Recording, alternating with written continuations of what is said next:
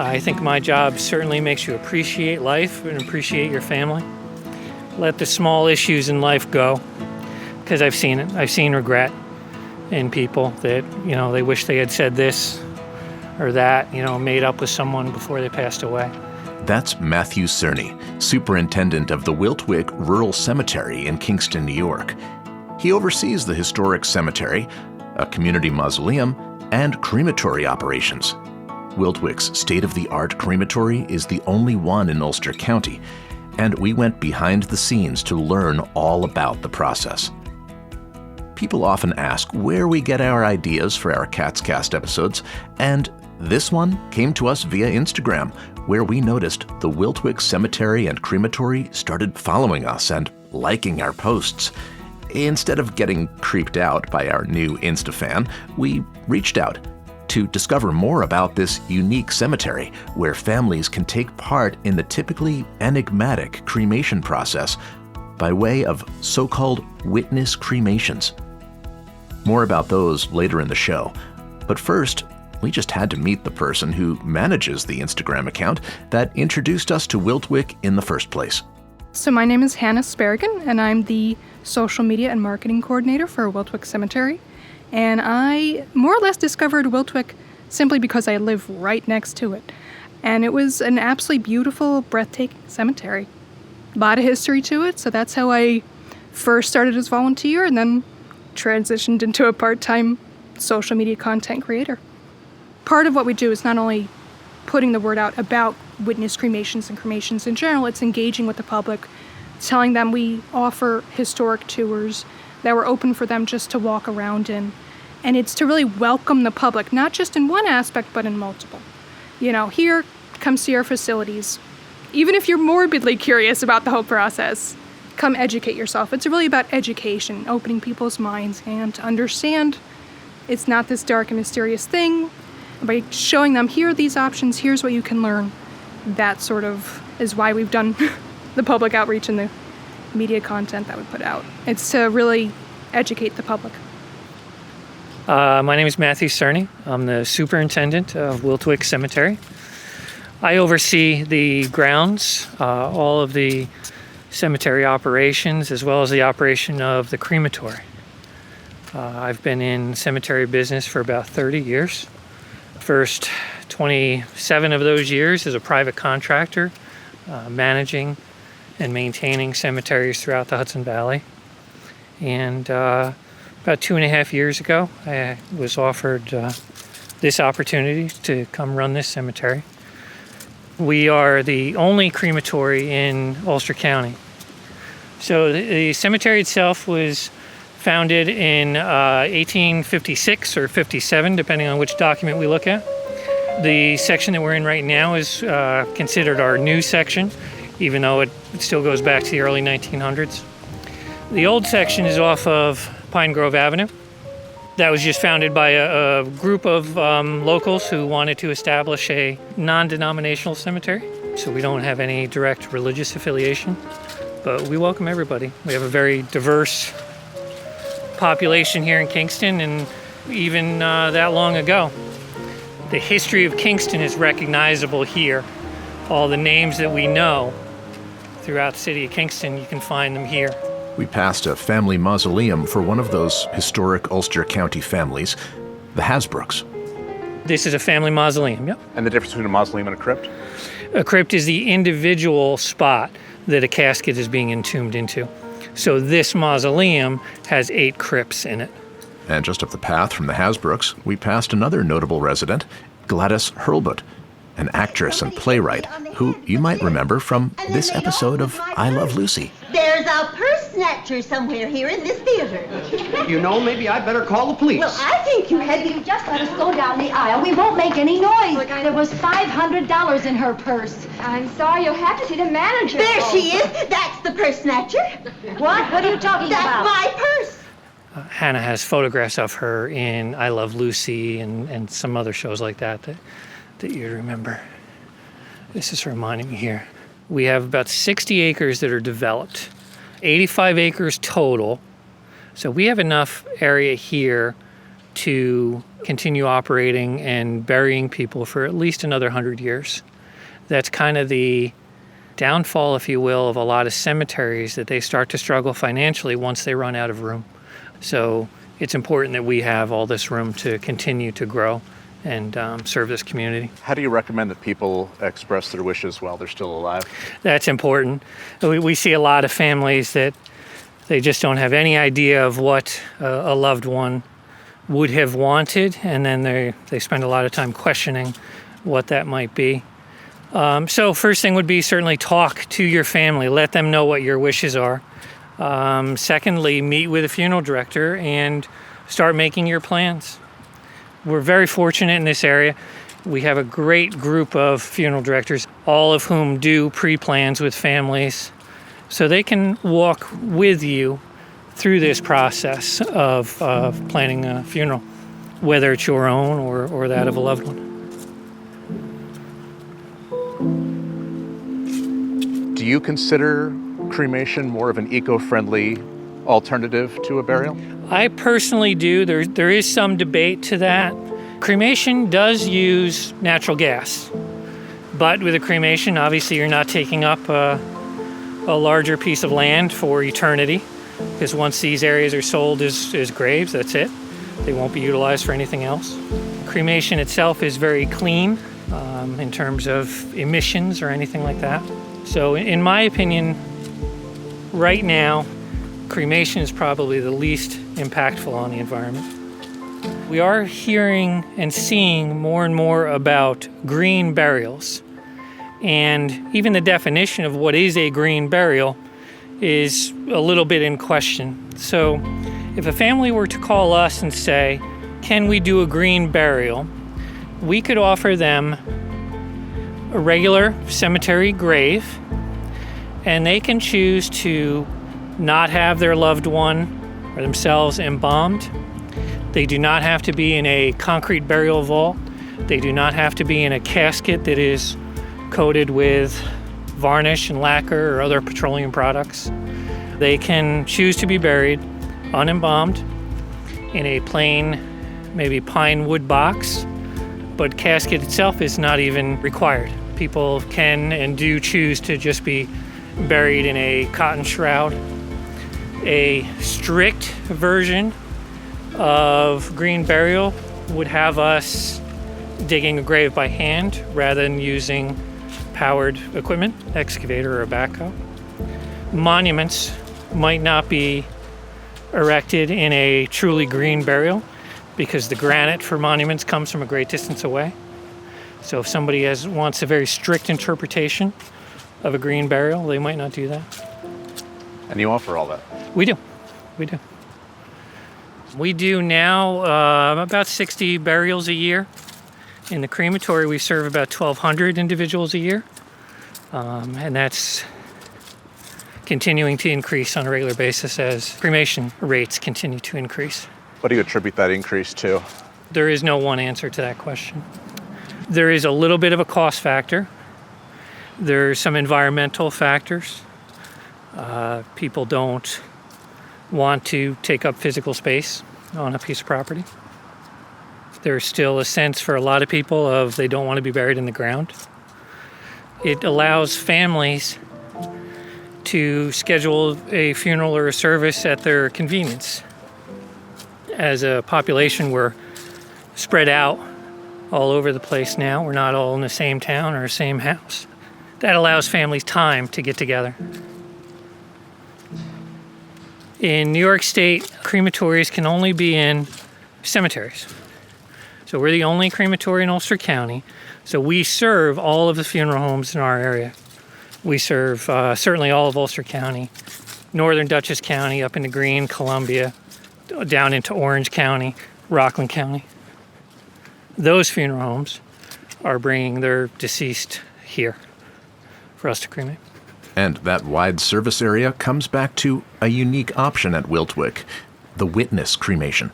Witness cremation is an opportunity for families to be a part of the very beginning of the cremation process. The cremation process has always kind of been a mystery for people, so it's not something they can envision. We compare it to a graveside service. People are familiar with that. They're familiar with burying a loved one. But the crematory has always been a mystery. Nobody knows what it looks like. Nobody's ever been in one. So we open it up so that people can see it's a clean, bright, well-managed facility. It's operated by people who are compassionate and care. By allowing families to accompany their loved one to the crematory, we think we're offering a service that is helping people with closure and understanding the entire process of saying goodbye to their loved one. After the break, a tour of the crematory, an overview of the cremation process, witness cremations, plus options for cremated remains. All that and more in a moment. Cat's Cast is sponsored by Briars and Brambles Books, the go-to independent book and gift store in the Catskills, located in Windham, New York, right next to the pharmacy and just steps away from the Windham Path. Open daily.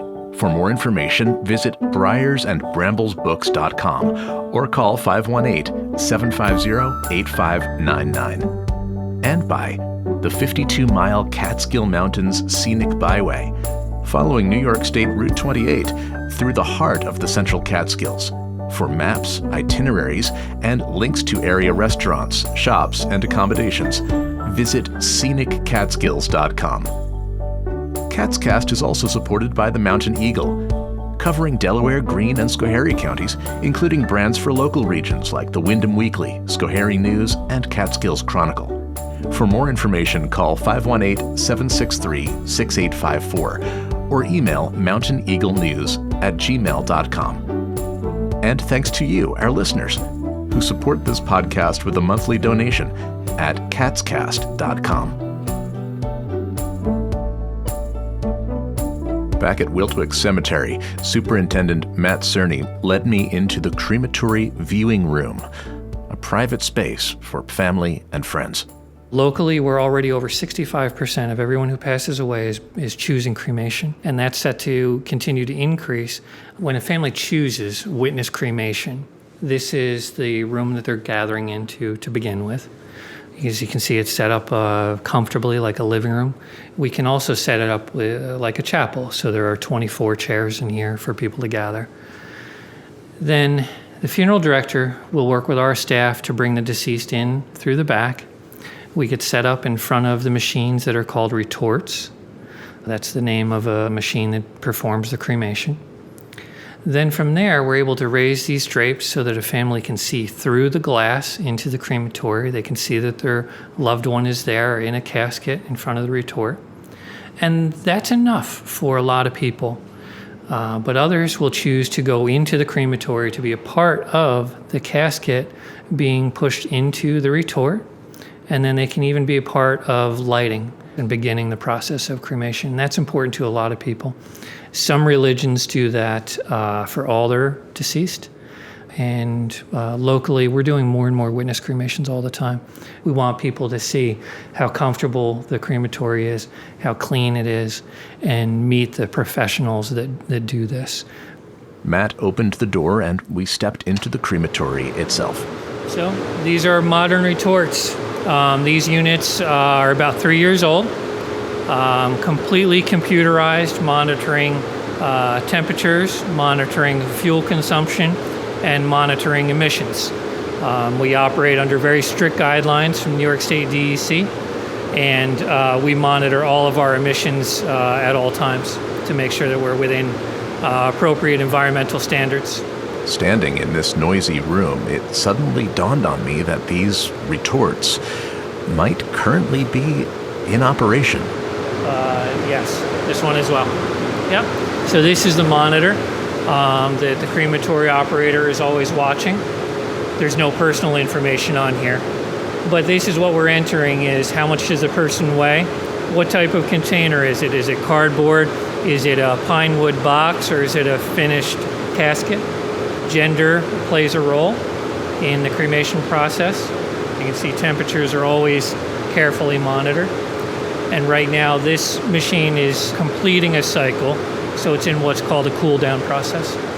So, as you said, there's no personal information, so I can probably reveal that in this retort right now is a male between 100 and 200 pounds in a cardboard container. That is correct. What kind of temperatures does this need to get up to, and how long does the process take? The temperature's on average 1600 to 1800 degrees. The length of the process will depend on the individual and the container. A cardboard container will burn very quickly, obviously, whereas a heavy oak casket might add a couple hours. And then body structure as well. A very frail elderly person does not take as long to complete cremation as a young adult male. I asked if a body needs any prep before cremation. Not a lot. Does not have to be embalmed. There's only a few things that have to be removed. For example, a pacemaker. Radioactive seeds have to be removed. But that's all done by the funeral home. So those things are all done by the time we receive the deceased individual. How long can this process take? The cremation itself, usually no longer than 4 hours. The average is probably 2 to 2.5 hours, but then there's obviously a cooling and processing time. So if someone comes into our facility today, they can pick up the cremated remains from their funeral director the following day. An individual that comes in our facility is usually in our care for about 24 hours. When the process is finished and you open that door, what's there? Skeletal remains. So the process of cremation has removed all moisture, all carbon. The only thing that's left is skeletal remains and the calcium of those remains. So there are recognizable skeletal bones left over, but they're incredibly fragile. So as we begin the process of removing those, they are essentially crumbling to a, dust isn't the right word, but a very finer product, much finer product. And so what kind of processing do you need to do? Just basically pulling it out, or do you have to? We pull it out. The entire machine gets cleaned out very thoroughly. The cremated remains are captured below the retort. And then from there, those remains are processed through a machine that we call the processor, which is in the back of the building here. And that reduces the cremated remains to a fine consistency of what people would be more familiar with. The end product of what people are receiving back is calcium.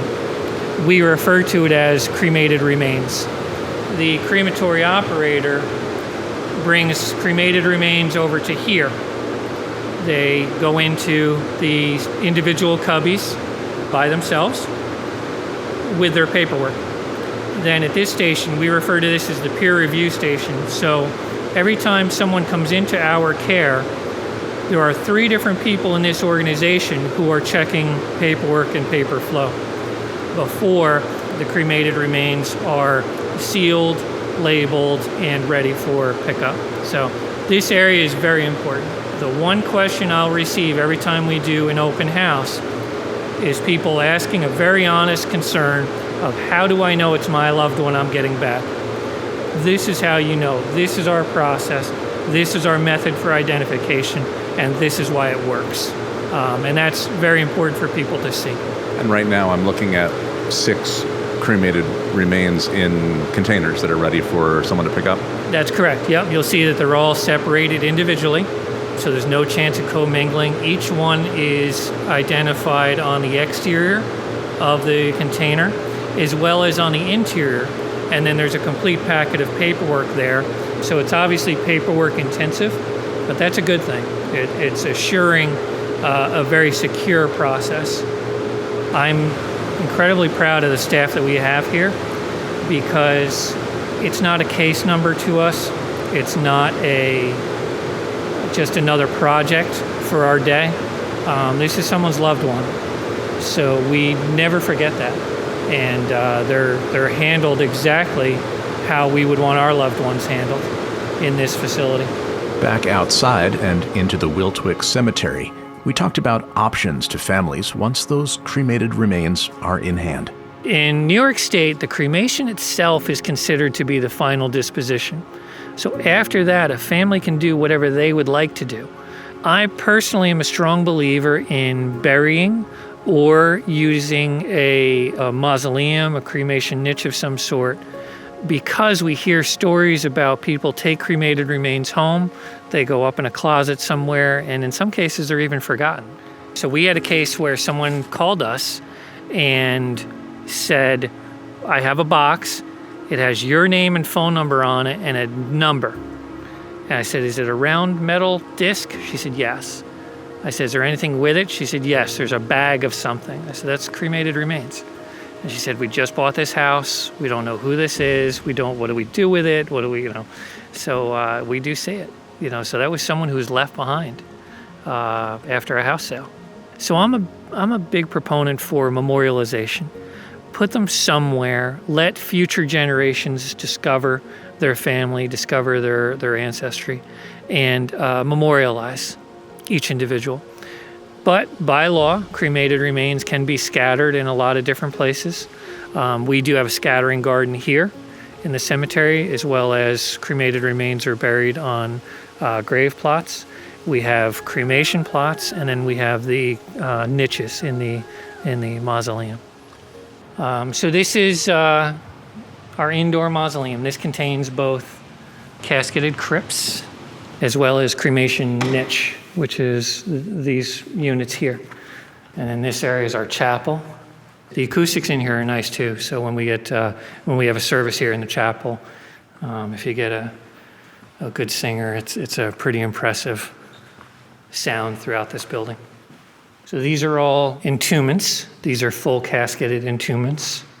A lot of these are this entire wall here. These are called true companion crypts. So each one of those rectangles, there are two caskets that go into there.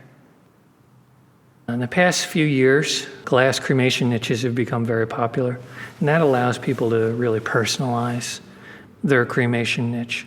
You see the photographs that people put up, jewelry, even the urns themselves really kind of highlight who that person was. Their military honors, wedding pictures, photos of the grandkids. And we allow families they'll change these too, for the seasons even sometimes, what they're displaying within the niche. But the glass niches are very, very popular, and we actually have a construction project underway, well in the planning stages, that's going to add several hundred new glass niches. Before I left the cemetery, I asked Matt if there were any life lessons he's learned from a career based in death.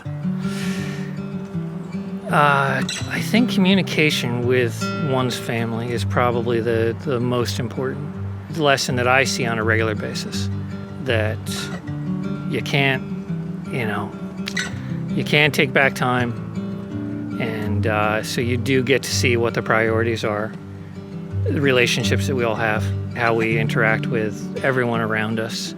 That'll come out at your service.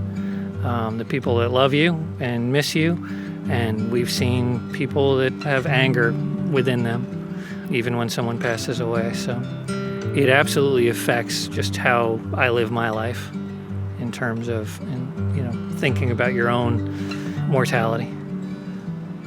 Let things go. These personal offenses that everyone seems to experience so easily now. Everyone is so easily offended, but let it go. You see people holding grudges, and it's not for me. I take everyone for who they are and what their experience might be, and I don't know. I can't judge others. I have no right to judge you, to judge anyone I don't know, the stranger in the street, my own children, my own family. It's just my job to be kind and compassionate to everyone that I meet. And thankfully, I'm in a job where I get to actively express that on a daily basis.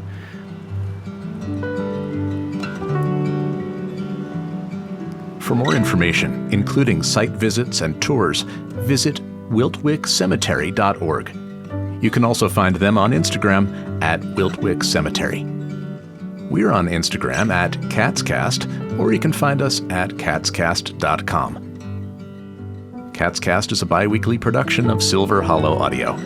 I'm Brett Barry. Thanks for listening, and keep in touch.